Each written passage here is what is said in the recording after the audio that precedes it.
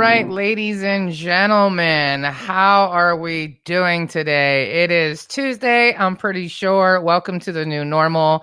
This is live from the living room. My name is Molly Rowland. I am the host of this podcast, if you will, owner of Heartcast Media. Thank you for tuning in today. I have two amazing guests. I am so excited that they have unintentionally paired themselves together. They are both very inspirational, very positive people. So I know it's going to be a great call today. Thank you for tuning in. I know things are getting a little wonky. It's tough out here right now. So make sure that you're getting lots of rest, drinking lots of water. I know that might sound cliche, but it's amazing what a day of rest can really do.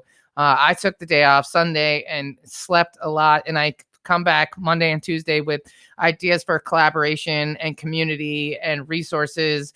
And I'm feeling much more empowered and a lot more positive this week because I took that time to rest. So I hope you're doing the same thing.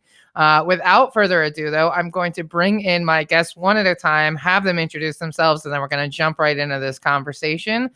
So I'm going to go ahead and start with Miss Sarah.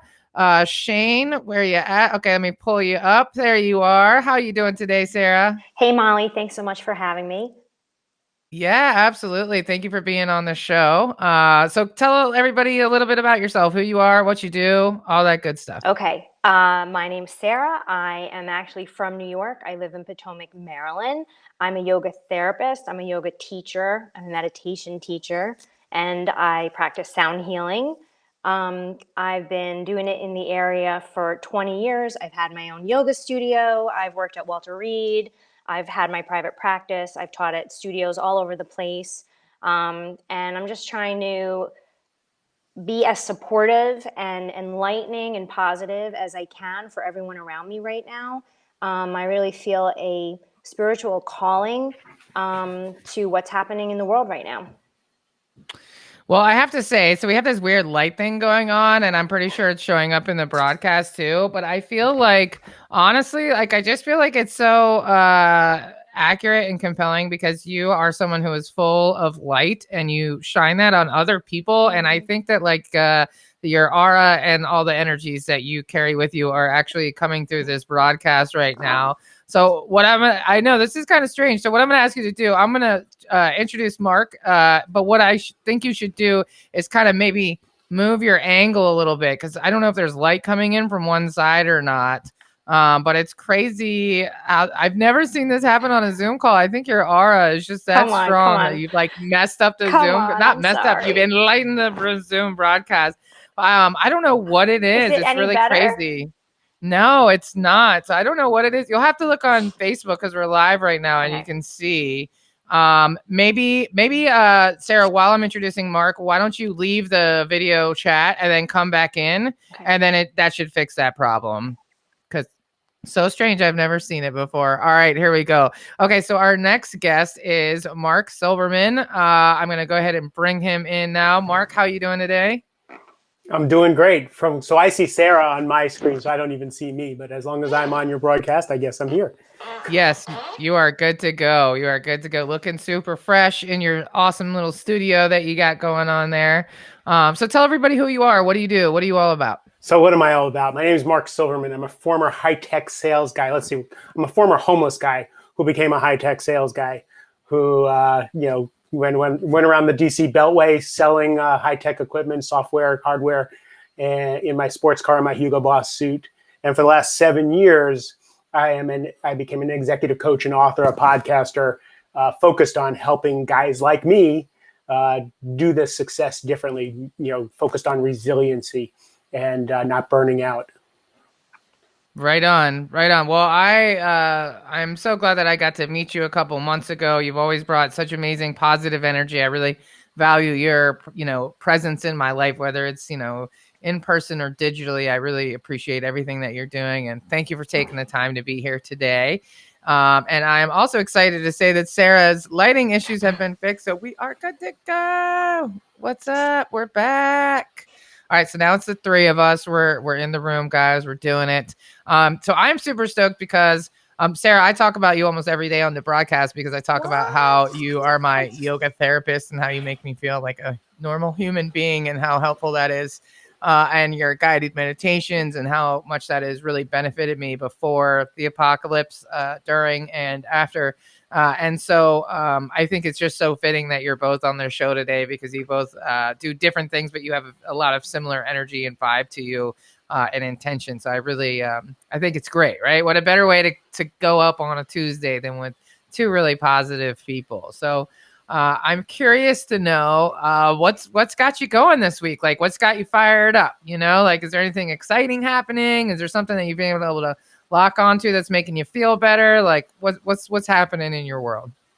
I'll let you go, Sarah. Yeah, I was gonna say, who should go first? I'll let you go first. Well, first of all, Molly, thank you so much. I feel so good. I want to come in your living room all the time. You're loving on me, so thanks for that. A lot of people don't really even understand what I do. They either think that they're signing up for a private yoga instruction, or that it's a whole lot of woo-woo.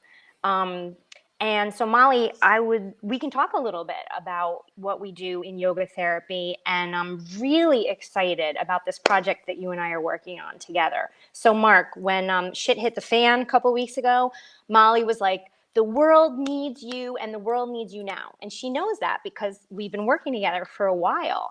And she said, I need you to do your thing. You're going to record these meditations every day, and then I'm going to make them awesome. And we're going to turn this into this, we're going to unleash it into the world through a YouTube channel. So I'm down with that.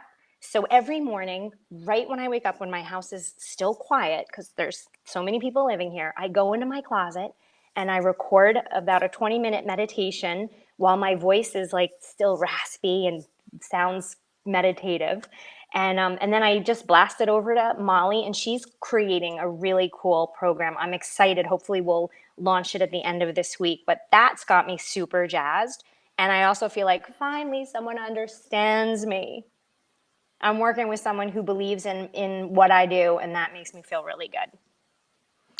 Well, Sarah, it's not hard to get behind you. You do really great work. And this weird light thing is happening again. I swear it's your aura. Like, I don't even understand what's going on or why this is happening, but we're just going to rock with it. Okay. And you're going to hate it later. You're going to be like, what? Why did I look like that? But we're just going to rock with it because it's too important. It looks fine to me on my computer. I look normal.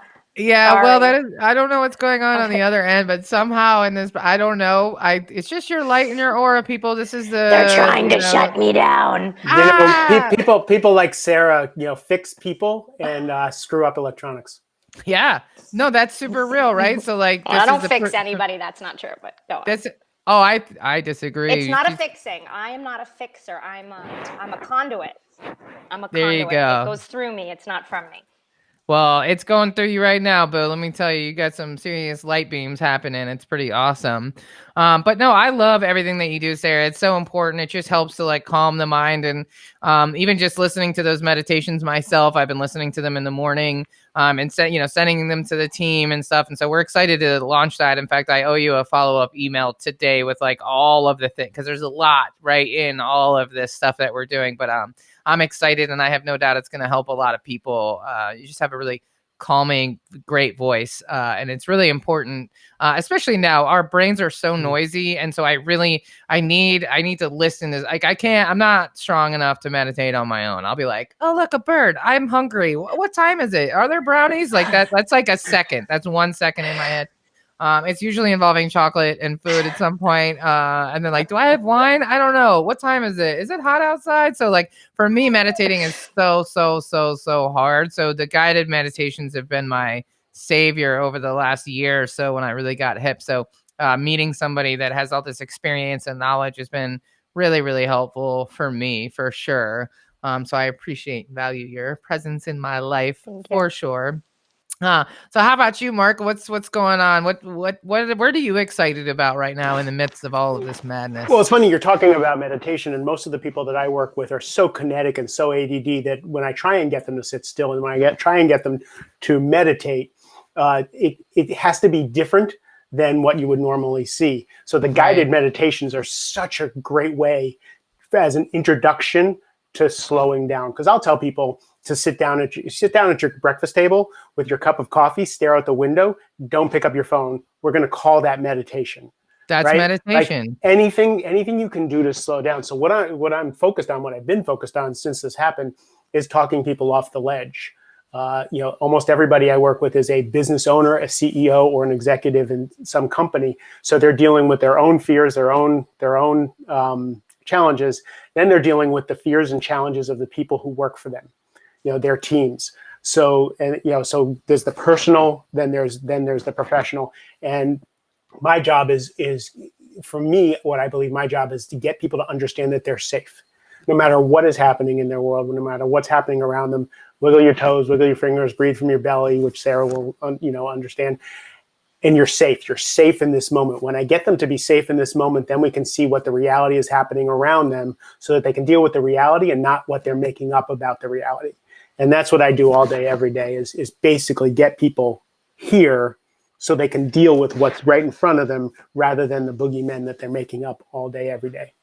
Yeah, which is easy to do right now, right? Because like there's so much uncertainty, and like I was talking to Katie Nelson last night, right? And it's like it's not, so much about like worrying about everything because there's just so much unknown. And I'm somebody who like always knows what I'm going to do. Like I always have a game plan. I'm like, I'm going to do this, I'm going to do that, and I'm going to do this, and I'm going to crush that. And then I'm going to, I'm going to build this business, and I'm going to get these clients, and I do it, right? Like that, like the people that are the closest to me are like, that's your most endearing quality, is that like when you say you're going to do something, like you do that shit, right? Like you actually do it.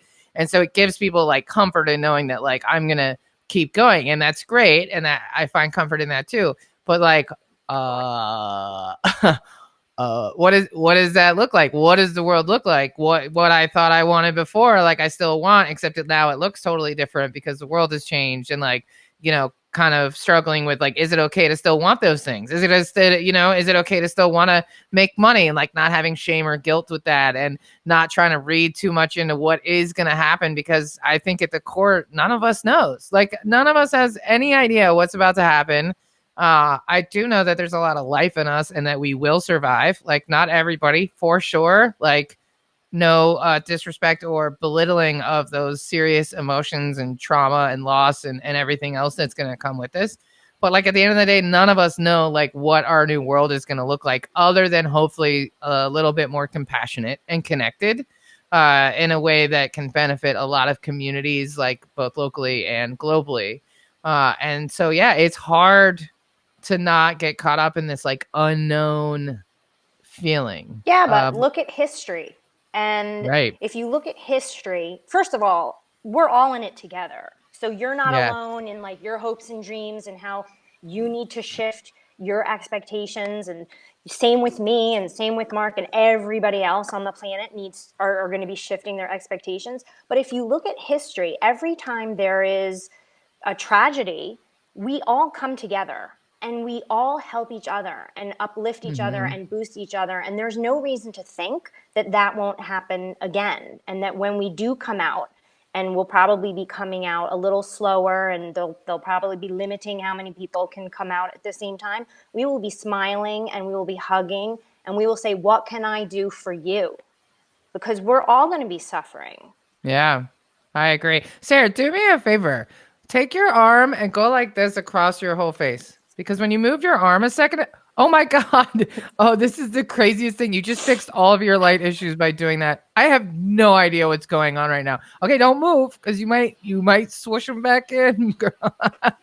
When you guys see this later, you're gonna understand. No, don't do that. It's fine. But you had all this like, you're just gonna have to watch later. This is the strangest thing that has ever happened on a live broadcast. But when you were moving earlier, it took some of the light away. And just by doing that, you took all the weird light away. That is the craziest thing I've ever seen. Sarah, if anybody ever doubted that you're a light worker, you just show them this video and you say, look at that, man. I fixed it with my arm. Great. With my because I'm not weird enough. I'm Sarah Schain, the light worker. The light wrangler. No, seriously, this is a whole new angle for you right here. Oh my gosh, this is great. It's coming back. You gotta windshield wiper yourself. Oh my God, it worked again. This is insane. You're just gonna have to do that every like minute. I know that's really annoying, but I think it's hilarious. It is hilarious. Sorry, Mark. I'm enjoying it. No, this is great. This is like, people are like, oh, the magic Hollywood. I'm like, no, there's no magic. It's just weirdness. That's what it is. Yeah, I think you're right. I think people are going to be there for each other more. I think that people are getting to know their neighbors more, even if it's just starting out with waving to them or going to visit them or like having little front porch parties. And I think that it's making us realize that like, hey, maybe, maybe we had it right before we got so connected and disconnected at the same time. And maybe we'll get back to doing block parties, and maybe we'll start hanging out with our neighbors again. Maybe we'll start to fix some of these wounds and this trauma that we have inside of our own communities, especially, living in DC where there's a lot of gentrification, but most importantly, there's a lot of displacement, right? And gentrification itself is not necessarily a terrible thing. The problem is that the displacement that comes along with it, if everybody that was there before the neighborhood got nice could stay there, then nobody would have a problem with better schools, more jobs, nicer parks. But that's not what happens, right? So there's a lot of like rift, there's new people moving in, and the people that have been there are not happy about it at all because they know what that means for them.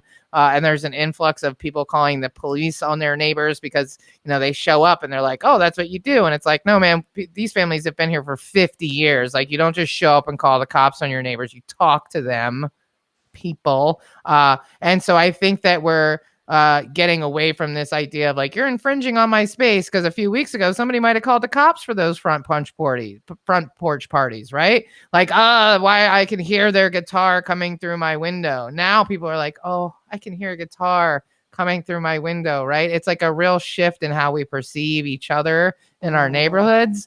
And I think that there's a lot of healing that can be done in there. Okay, Sarah, I need you to windshield wiper yourself again. Oh my God, this is the weirdest thing. Okay, it really works every time. But yeah, I think we're going to get to know each other a little bit more and work together more. I think it'll be a really positive thing. It's going to be fascinating. It's going to be fascinating to watch this, because I think that something has happened with this that hasn't happened maybe since 9/11, but I don't even know if it happened in 9/11. A lot of the ways we cope with things is to other. So, the reason people are homeless is because they did something wrong. The reason this pandemic happened because they eat bats in China. The reason that we can other things. And with this is there's a big equalizer in the feeling of vulnerability. So there's kind of a leveling of the playing field. And I think people deal with the vulnerability differently. One of the ways to deal with vulnerability is to find out how you are not the same as the person who got this. Or if you get this, you're not in the same demographic, so it's not going to be as bad. And you spend all that time doing that. And then when you start to see that it's your friends, your family, and when you start to see that we are actually one people, we are actually interconnected. Hopefully there's a residue of that when this is over that does form that compassion, that does help us feel more connected and less partisan and less different. Yeah, I agree, Sarah. There you go. Anytime you see me windshield wiper, you got to do it too. Yeah, I agree, right? Like that's, my last company was called One Love Massive, right? One love, one heart, one destiny. I have always been a big fan of just understanding that like we all have separate challenges and we have different privileges, but at the core, we are all the same. And so when you start to separate yourself from your neighbor, right, that, in whatever sense that means, that's when we lose that feeling. And I think that, like you said, it's starting to hit closer to home. And like everybody on my timeline has had some sort of a close connection, either catch it or die from it. And so I think things are becoming more real. It's unfortunate, but I think it's going to yield some better results at the end of that because, yeah, man, we're all in this together. For sure. Yeah. So, and I think that what I've noticed is a forcing of people to learn the resiliency tools that Sarah teaches, like the people who would roll their eyes at singing bowls or meditations and things like that are now seeing that that's actually a necessary evil in order to be able to, like, we live around the Beltway, in order to live in this constant high allostatic load environment where we're just in constant fight or flight, even at low level. We think that's normal. And then we do a meditation with Sarah, or we sit down and we find out that actually our bodies aren't supposed to be vibrating like that all the time, and that we are supposed to be able to rest. That when we do go back to that jarring existence, we're going to be like, no, Like This isn't it. I can't do that again. I have to do it differently. I think you're Yeah. right on. You are spot on. Yeah, I agree. Because I don't think it was sustainable. You know, I don't think that what we've been doing. Oh, Sarah, we got a windshield wiper you again. I don't. Woo! There we go. I don't think like it's not sustainable, right? But And we we're seeing fooled that. ourselves into that. We fooled ourselves into thinking the Gary Vaynerchuk's and the Grant Cardones of the world is like if when you're sleeping, people are up working and they're going to eat your lunch and you're going to get left behind. And you know, like Right. we think that that's working, and we think that the heart disease and the diabetes and the broken relationships are the price to pay and to be in the 1%. Well, I think it's normalized. We've normalized the Totally. whole thing with, catching up with the Joneses and, being busy. And, I've got 3 kids and they're all overscheduled. And hi, I'm a yoga therapist and I've overscheduled my kids. This is the first time, these 3 weeks, this is the first time we're all together as a family with this condensed time where I'm not running someone to a practice or a rehearsal or this or that we're actually eating meals together and hanging out. And I'm really lucky because I like these people. But we, even as a yoga therapist, I can say I knew I was too busy. And here I am telling everybody else, let's get out of that fight or flight mode. Your central nervous system is all worn. You've worn down your central nervous system. You are on overload. Oh no, you are actually on E. And let's fill up the bucket, or let's shift that energy and turn on the parasympathetic nervous system using lots of techniques, even just like what you said. Put your phone down, have your cup of coffee, just have that cup of coffee, and using that as a method to start learning how to meditate and learning how to just slow down. Even in some of my yoga classes, I say, how slow can you go from a standing position to a forward fold? Just how slow can you go? And how half the class goes right down into the forward folds. And I'm like, I said slow. And I meant it. I meant uncurl that vertebrae, right? And one vertebrae at a time. So a lot of people don't even understand how slow they're capable of going and what that feels like. Like, are we going fast because the goal is I got to touch my toes now? Or do we want to like have this experience of a massage in the body? And are you even having an experience in the body? Because what are you thinking when I just gave you those instructions, right? Like, where are you? And so, Mark, you were talking about telling people to wiggle their fingers and wiggle their toes. You're telling them, be in the body, become aware of the body, right?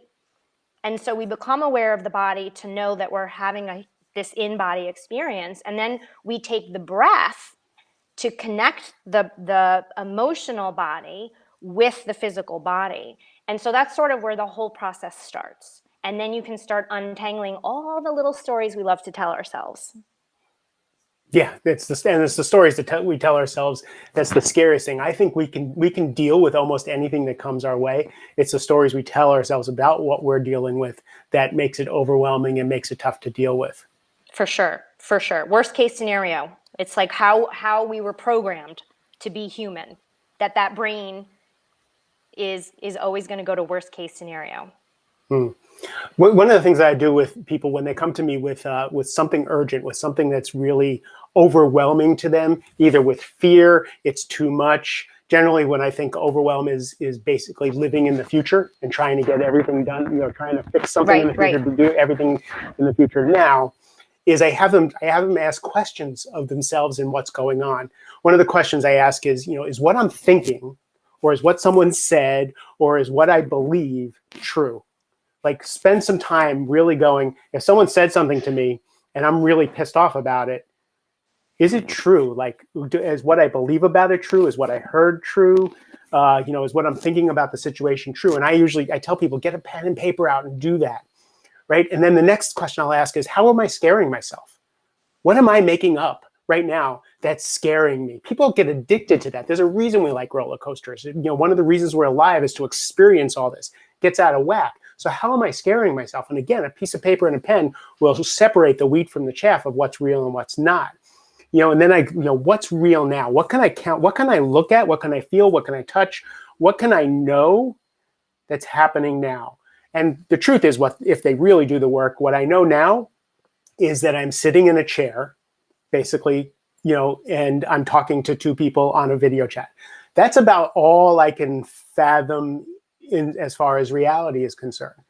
Then once I get them focused here is, what do I want? What do I want right now? What do I want to create right now? Do I want to create relationship? Do I want to create a product? Do I want to create a solution? Do I want to create strife or a fight? Right? Get really clear of what it is I want to build. What do I want to create right now? Once I'm present in the moment, once I figure out what I want to create, right? Where do I want to place my attention so that I know.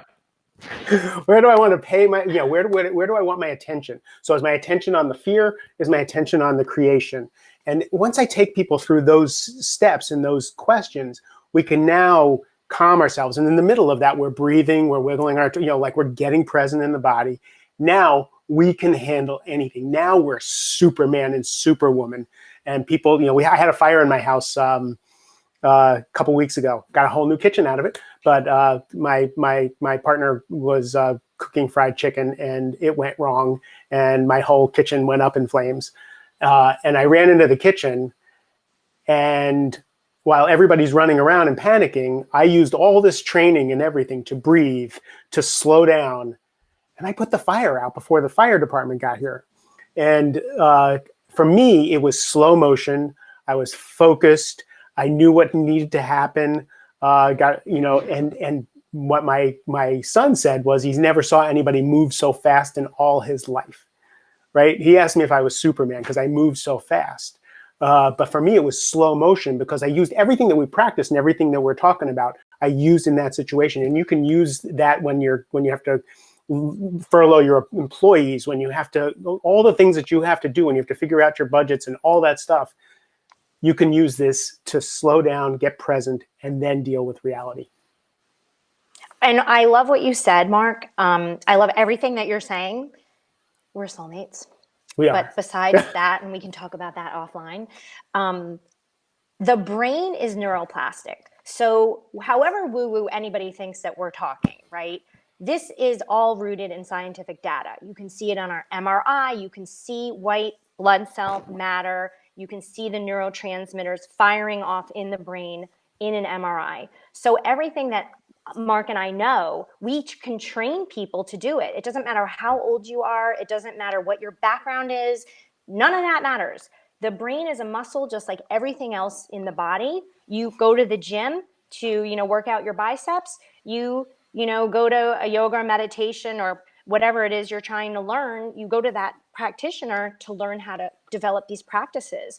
And Molly, you're describing monkey mind in the beginning of our conversation, that every 2 seconds you're worried about something else. That's just a weak muscle. And the more you practice it, the stronger that muscle gets. And then, you can be Superman and put the fires out, not just in your kitchen, but in your life. Oh, look at that metaphor. Okay, I need you to windshield wiper again. And then I need you to scoot back into the center because you moved out. You wiggled out. There you go. I want to make sure we're not cutting off your beautiful face in the midst of this conversation. This will all make more sense when you watch this later on, I promise. I know it doesn't make a lot of sense right now. No, it's all good. Thank you. Yeah, I mean, I think what you both say, it's so important, just being present, right? Like taking that moment to decipher what's real, what's not, and just figuring out some tools on how to deal with that. Like I've been meditating and doing some yoga in the mornings just because I put the yoga mat in my bedroom. So it's a reminder to do that before I leave the room, at least set myself up for some sort of, mental break during the day and kind of get myself prepared to go into the day. And it's been really, really beneficial for sure. How would you both recommend people get into this if this is not something that they're, well, first of all, Marc, are you taking new clients right now? Are you working with new people that are finding themselves in this position they've never been in before? Is this something that you're looking at? Oh, no, this has actually been a great time for me because people are understanding that they're not going to get through this without a stabilizing force and an executive coach. This is the perfect time to have a coach who can help you sit down and figure out what's important, focus on the right things, help you with the difficult conversations that you need to have. So it's been a really good time for me, but I'm also built for this kind of thing. I have ADD. I've been through, I've been homeless. I've had tragedy, all kinds of stuff.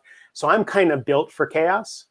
So for me, like people are asking, how are you doing through this? And I'm like, I'm fine because I don't fight reality.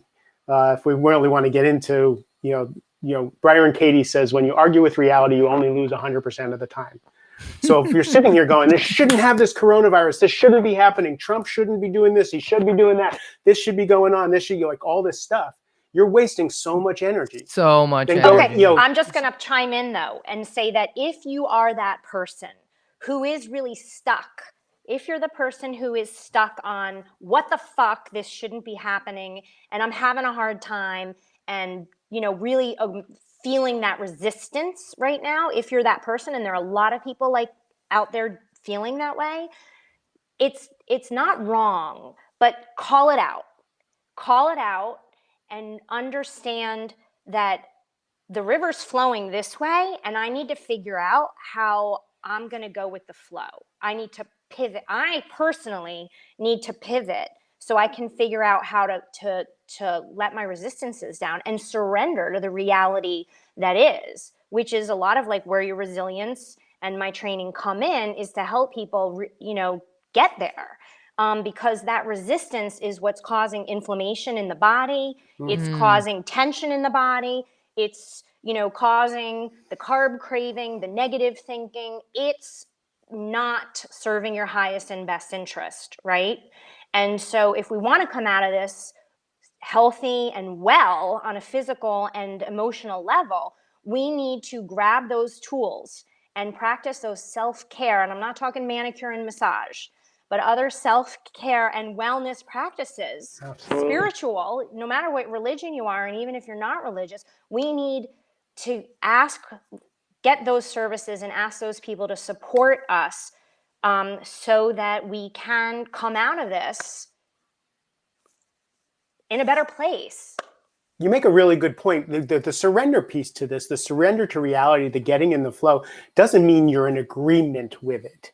Right. It doesn't mean that you're signed up for this. Right. It doesn't mean that you're like, oh, I really think that it's more, all right, I'm not going to fight that this is happening. Now that I know this is happening, what do I want to do with what's happening? What hand do I have, and how do I want to play that hand?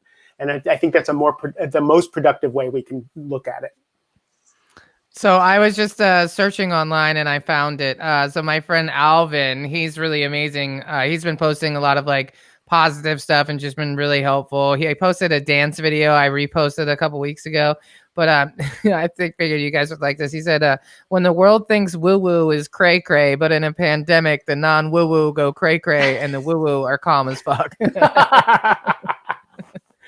I feel like that's so accurate, right? We're like, oh, I live for chaos. This is my jam. I just wish I could leave the house. I just need a couple more hugs in my life. But other than that, like, I feel like I got this. Give yourself a hug. Give yourself a hug. My partner actually said that to me. He was like, I don't understand. Don't you see what's happening? Don't you understand what's going on? It seems like you don't even know what's going on. And I'm like, no, I just have a different relationship with what's going on than most people do.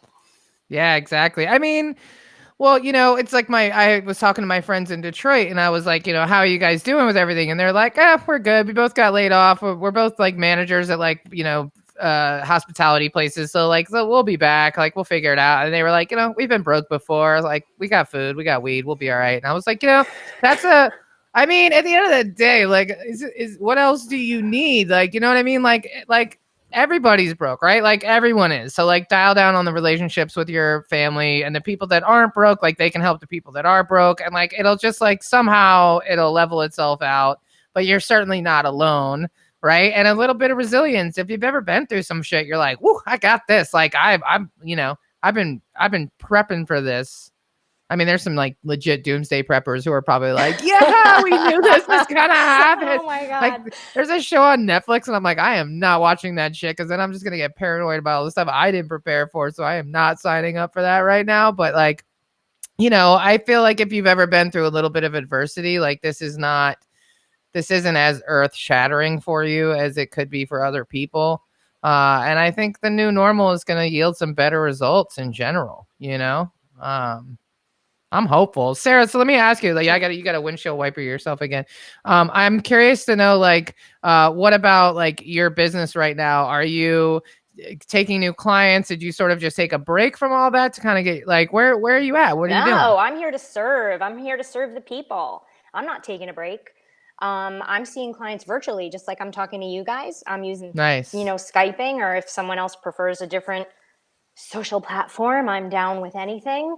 So I am doing that. I'm pumping out little ditties on Instagram and Facebook when I can, and signing up to talk to people like you, Molly. So I'm actually in a yes mode. I'm saying yes to everything. That's awesome. Thank I you. think that's a good place to be. I mean, your services really are needed. I'm excited for us to like launch these videos and start putting them out daily and like getting into more people, because I know they'll be so helpful to a lot of people. And I think it's helpful, right? Like showing up every day for this live stream really helps me stay accountable. It forces me to get up. It forces me to, do my hair and makeup, or, just show up a little bit, and that helps. Like, as someone who's worked from home for a long time, it really matters to like have some separation of church and state, if you will. Like, like get dressed, you know what I mean? For Like, sure. don't look like a complete bum all day, because like then you just feel like a complete bum, right? And sometimes you need space for that, and sometimes you don't. And just like, in life prior to this, like opportunities could come up at any point, right? Like somebody could say, hey, there's a live stream in 30 minutes. Can you jump on it? You want to be ready for that, right? And it's just like, in business, if you're working all day from home and then you have a 3:00 meeting, like you don't want to show up with your hair wet, because they'll be like, did you just take a shower at 2, right? So it's always like, a good idea to get ready, right? Like get ready for the day that you want to have, right? Dress for the job you want. I can't believe there's not a bunch of those memes floating around right now. It's funny because like when we thought about the apocalypse and the end of the world, we always imagine these like awesome Mad Max costumes and like trucks and tanks and all this like crazy guns. But meanwhile, it's just like a bunch of fat Americans in slippers. It's really what the front line is going to look like. And I think that's kind of hilarious. But showing up every day just really helps, like being accountable. And I feel like the most important thing for me has been helping other people. If I spend any time helping somebody else, or talking to a business owner friend of mine, or whatever, right? Like a family member, a friend, any of that, just like helping somebody else out with my perspective, or just talking to them, or shaking them up, or making them laugh, any of that just makes me feel better, right? It's this idea of like, if your narcissism is taking over, then it's really easy to focus on all the things that you are lacking, right? Like, if you've gained some weight or whatever, right? Like if you stop thinking about yourself, though, you forget about all those problems for a moment, right? And you can just channel some of that energy into helping somebody else. And then it makes your problems, it puts everything in perspective, because you're like, at the end of the day, like I was going to post on Facebook, like, whoa, thank God I didn't work for that summer body. That would have been a waste of time. You know what I mean? Like, sure, am I stoked that I'm probably going to gain some weight because I'm nowhere near as active as I used to ride 100 miles a week on my bike, and I'm not doing that right now. So I'm definitely going to be impacted. But at the end of the day, like, are you going to like me any less because I'm like 15 pounds heavier? Like, No, no. we're all going to come out of this the same, because nobody is the same, and we're all going to have a really good laugh about it. And Exactly. laughter is the best medicine. Again, it's when you can connect to the joy in your life, or do something joyful, or whatever it is that makes you laugh, makes you happy. I mean, I even tell some of my clients, get on YouTube and look at funny animal videos, because they're funny and you will laugh out loud. And at the end of the day, when all is said and done, it's not that we didn't work harder, or we didn't work more, or we didn't make more money. It's about the love that we give and receive and feel and experience. Yeah, I agree. Have you guys seen that? Have you seen that meme with, I posted it yesterday. Oh, one more time. We got to do the double wipe for you, Sarah. There you go. There's a meme with like one of those like infrared temperature scanners, and the guy like puts it to his head and he holds it out and it says fat. And I was so true. I was like, whatever, man. I laughed so hard off of that. Like, it's good, because all the boutique, the little boutique yoga studios and exercise studios, they're, oh my God, if they're not closed, they're hanging on by a thread. So as soon as this gets lifted, we'll all be like, open your doors, and they'll be There'll be, I mean, I know a lot of yoga teachers, exercise teachers in general, who are struggling because they were living paycheck to paycheck anyway. Now they're not working. And nobody in the exercise business works full time. So, you know, to have them available when this is all over will be great. It'll be a mitzvah, we say in the Jewish religion. A mitzvah, yeah. I think there'll be I think there's some really good opportunities here, right? I think that maybe we should invest in buying some extra large yoga mats for everybody's larger frames for when this is over, right? Because people will be like, well, my old yoga mat's a little too small. Right? I think we have to adapt, right? And think about what's gonna be next. Like we're gonna those blocks that like you sit on if you're out of shape and kind of fat when you do yoga. Like, listen, you're holding on to emotional weight. That's emotional weight. But it's I'm just saying good. that's a whole new market right there, right? Yeah, exactly. There's gonna be a run on those things, man. We should make some that's like you are okay, just the way you are, you know, with your little roly poly self. I would buy one. I'd be like, yes, I am brick for my butt because I can't. I'm like a, you know, legally disabled and all that, right? So sometimes some of these yoga things I'm trying to do on these videos, I'm like, I can't do that. Like I can't. I need one of those blocks for sure. Well, I say let's just make a video for you because there's other people probably just like you who need a video. So let's do it. I know. I love they're like, yeah, morning gentle restorative yoga. And they're like, so just put one arm on the ground and your other leg to the sky. I'm like, what part of gentle restorative yoga did you guys miss? Like, I have a bad neck. I can't put everything on one arm. That's nuts, right? So maybe that's a good idea. Maybe we'll have to do. Let's do that. Let's put it on our list, Molly. I'm you know down me. for it. I always want to like do the thing that no one else is doing. So we'll do that. Hey, I'm here for it. I think it's a great idea. There's enough skinny, crazy, twisty yoga out there. I know, right? They're like, just gently put your head on your knees. I'm like, listen, lady, that's not real. Okay. So I noticed I'm not the only sound bowl collector. I noticed that Marc has a sound bowl behind him, and I got really jazzed when we signed up when I saw that baby. Yeah, man. And I just want to ask, so Marc, I noticed like if I'm having like a bad moment, if I'm feeling stressed or if I'm feeling tired, I will play one of my bowls. I'll just go and play it, even for like a minute, and it immediately I feel uplifted and energized and happy. I don't know how you can't with the sounds that with the vibrations that come from the bowls. It definitely changes whatever mood you're in. Yeah, tell me about your bowl. What you got there? So my bowl? Yeah. I think my bowl is the violet chakra, the crown chakra. Mm-hmm. So is it it's an A note or B note? I think it's B, but I'm not sure. I just fell in love with it when I walked into a new age store and said, oh, I need to own you. It called you. It needed to call you. When I first became a coach, right? And again, so it's an interesting mix for me because I consider myself an executive coach. I've come from the business world, right? I wear a gold watch, I wear a Hugo Boss suit, and I walk into glass buildings and I work with people. You're badass, yeah. With people who work with who are running corporations. But what I know is that there's a lot going on that is not surface. What you see is not what's really happening.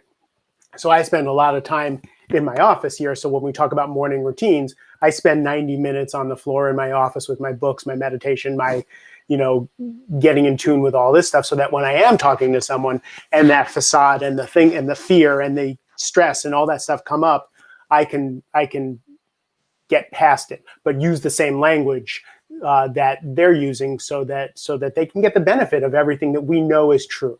Right? We know that this is soothing. We know that this is essential for life, but it doesn't look that way. So how do I make, my job is to make it accessible to people who would never look in this direction in the first place. Right? So when I have a client who'll come to me and after a year of working and they want to renew, I'll say, so before we do anything, what's changed? And they'll say, you remember when I came the second time I came to your office and I dropped all those pills on your floor and it was, antidepressants and anti-anxiety pills. I don't take those anymore. That's why I'm signing up again, right? That's huge to me. That makes me cry because that tells me that what I'm doing here is tangible. So what I love about the pandemic and what I love about anything, why I think and I'm so attuned to the pain and everything that's happening to people that really feels real. But I was homeless, right? That changed me. I got really sick and almost died once. That changed me. When those things were happening, when I was depressed and suicidal, those things felt like the worst things that ever happened to me in my entire life. I would get up at 2:00 in the morning and I'd have to walk around my community because I couldn't sit still in my own body. I just wanted someone to shoot me, right? That was the worst time in my life. In hindsight, spiritually, it broke my heart open. It got me to the point. So it was actually the best thing spiritually. Eckhart Tolle says the thing that your ego hates is what your soul craves, right? And so to break open that way, for me, has been a gift. So we're going through something that's excruciating now for a lot of people. And what I, from experience, can tell people whenever they're going through is, on the other side of that is life. Like just experience this, be in it. It sucks. Keep putting one foot in the front of the other. Keep swimming, keep swimming, keep swimming.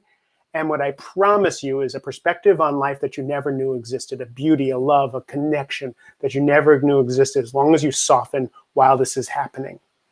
And that's why I do all of this, because I'm dealing with real people who are hard-nosed and dealing with what looks like real life, so I can introduce them to what's really going on underneath. I guess that's the way to explain what I do. Sounds like you're a yoga therapist, Marc. That's what it sounds like to me. I know, right, Marc? You're like a business coach, a therapist. You're like a lot of things all in one, right? Like you're not your average business coach, which I really love about you. Honestly, I love that you tap into all these things and you get really real with people and talk about, what's really happening. And the names people call me is really cute. It's, like when I get my little text, hey, my shaman, or hey, Yoda, those guys. It's really kind of fun. Yeah, I mean, I think it's important because you're right. Like when great adversity happens, it changes you. I've had multiple spinal surgeries, and I was alone for most of those, and drove myself to the hospital and lied to doctors and got like epidurals and drove myself home because I didn't have anybody there. I mean, I've been through some shit, right? In my last surgery, there was nobody there, and I had really intensive surgery where they had to cut me open and remove the hardware from a previous fusion and then fuse 3 vertebrae, which meant that I was out for 4 hours, I think, for the surgery. So they had to give me a lot of anesthesia. And it was really difficult to recover from that. And there was nobody there that could help me. And my friend or my cousin came to help me, but then she got really sick, so she had to leave. And so I had to write a little notebook and put it by my bedside. And I got some pancakes because they wouldn't go bad. I don't know if that's right or not, but that's what my brain told me. And so I brought food home from the hospital, and I kept a notepad by my bed. I had put my bed in the living room, and I would wake up and I would take my medication and I would write it down because I knew that if I didn't keep track of it, I would accidentally overdose and kill myself because nobody was going to come check on me. And going through things like that, it makes you realize like how little some things actually are, and how big most things actually aren't, right? Because you and I talked about that though, and the difference, there's a choice there to harden and to get angry and withdraw from the world, or to break open and to soften your heart. And the thing that you and I connected on is, that's why you're so compassionate. That's why you can talk to anybody. Right, everybody is huggable to you. Not today, but so when that happens, you break open. Now you can relate to anybody, whether they look like you or not, whether they act like you or not, and it's just a level playing field. 100%. I mean, that's what makes me feel connected to the whole world. It's also what makes it hard sometimes, right? Because I'm sad a lot. I'm sad a lot for other people. I'm sad for the people in my community who don't have roofs over their head. I'm sad for the marginalized community. I mean, I get very impacted by that because exactly that. I don't feel like there is any separation between me and any other human on this planet. Like, we are all one, right? And I know what it's like. It's like one time I got arrested. This is a whole other story, but my bail bondsman's name, my dad's name is Jim Rowland, and this bail bondsman's name was Jimmy Roland. And I was like, well, that's super, or Jimmy Roland. And I thought that's super ironic. And then his business card was the Batman, but behind bars, like a bat. And it said, his tagline said, "I'll be there because I've been there." And I was like, that's the guy I want to hire. And I feel like that's relevant in all of life, not just your bail bonds. I'm changing my business cards now. Isn't that amazing? He showed up in a convertible gold Lexus wearing a hot pink brew through tank top. I was like, this is my man, 50 grand right here. I think I saw that in a movie once. Right? Like, I know it was like really out of a movie. I was in Indiana at a fish show. It's a whole other part of my life. But yeah.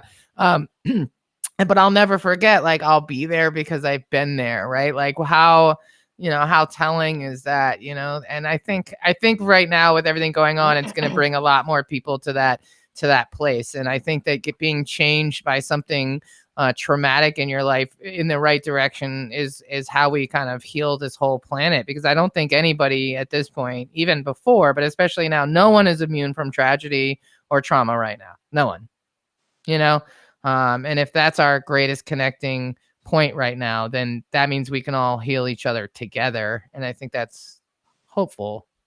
For sure. I just want to add on to everything Marc said, Molly. We've always talked about your coat of armor. The three of us were obviously very intuitive and we're empaths. And we feel super compassionate for what's going on around us and the people around us. But here's the other thing we need to remember. As givers, we also need to be receivers, or we'll be drained too. We'll overgive and we will drain. So we need to be very conscious of that energetic give and receive process. Totally. Marc, I don't know you well enough to say, make sure you've got your practices and you're protecting yourself and but I do know Molly well enough to know that it's hard for her to receive.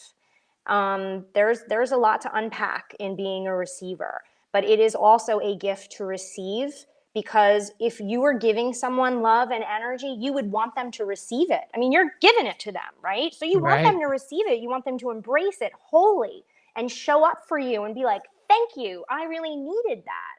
So also remember, you need to receive the way you give. And that is also part of the healing process. Yeah, I agree. And you're right. I've gotten better at it. I've learned how to ask for help and to accept help. But I'm definitely a better giver than I am a receiver. I think most people are. And we were raised in a world where it wasn't right to receive for whatever reason. It wasn't macho. It wasn't, I don't know. I grew up in the 70s. It wasn't, no one received. We were all that in a bag of chips. So it is part of the healing process. And I just wanted to recognize that for everybody. Yeah, for sure. The new normal. Well, Sarah, so we'll have to put links for both of you underneath. Send me the whatever links you want me to put on this broadcast, because I suspect that from watching this broadcast that people will want to contact both of you. Because I think there's so much benefit in the work that you're doing, and I think you can help a lot of people, and hopefully we'll reach more people with this. Because thank you both so much for being just for being who you are and doing the work you're doing. And I love your live from the foxhole. Is that what it is? Live from the foxhole at noon. Yeah, you love that so much. I think it's great. And yeah, just keep doing what we're doing, right? And Sarah's going to be putting out our some videos next week. Wait. We've been working really hard on those, and those are really cool. I bet you could probably share some of those with your clients, Marc, because they can just listen to them and let Sarah do all the heavy lifting, right? So I think there's a lot of synergy here between all of us and the two of you in particular. Yeah, exactly. We have to raise the general, consciousness and elevation. But so before we kind of wrap up here, I want to ask each of you to give our audience, and we'll start with Sarah, to give our audience a tip, something that they can do at home that's not stressing out on social media, something and it could be anything from baking cookies with your kids to meditating, whatever. What are you finding some solace in during this time? Well, I think I said it already. I think I said, go laugh. Go find something to make you laugh. That's a good one. Whatever brings you joy, because you own that. I can't tell you what you think is funny. So, whatever you think is funny, I think I think whether it's a funny movie, but I definitely think do not watch, like I let myself watch from 7 to 7:30. I watch the morning news, and then I'll watch a little bit at night while I'm making dinner, and then that is it. So don't overdose on the news, and put the phone down, and like be in your life. Be in your life. That's I'm going to good have advice. a dance party with my kids tonight. Hey, I like that idea. That's a good one for sure. All right, and Mark, how about you? What is something that you would recommend people to do while they're at home with all this time? So I'm a broken record. The first thing I teach anybody I ever meet is to breathe from your belly. Remember, you're breathing from your chest almost all the time. You're in a little bit of fight or flight. If you just make it deeper down into your belly, push your belly button out, that will change everything.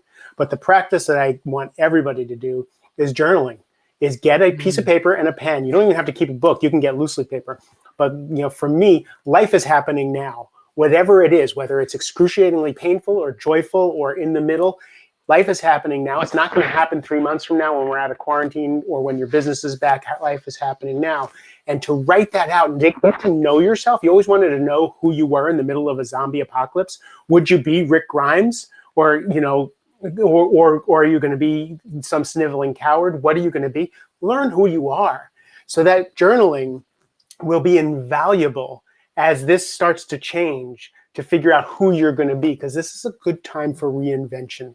We're made up anyway. I made up Mark, you made up you guys, we made it all up. We can make up the person who's next. So now get to know this one so you can figure out who's next. I love that. Freaking love that. Yeah, because I think that it's going to be this new era, right? And I think that a lot of people are talking about pivot. And it's like, no. I think it's more about adaptation, right? Like, what are your skill sets? What are people going to need? How can you be a better member of your community? And yeah, reinvent yourself. Like, that's the beautiful thing about all of this. Like, I've had enough surgeries, and I've been in the position of being in the house and not being able to leave for a little while and not having any money coming in. And I've reinvented myself multiple times. Like, at the core, I'm still the same, but like, I was in real estate finance for 13 years. I was also a hotel analyst. So basically I was a secret shopper for hotels, resorts, and casinos in the 2000s. And I traveled all around the Caribbean and the United States with fake names and aliases and matching credit cards, like before 9/11.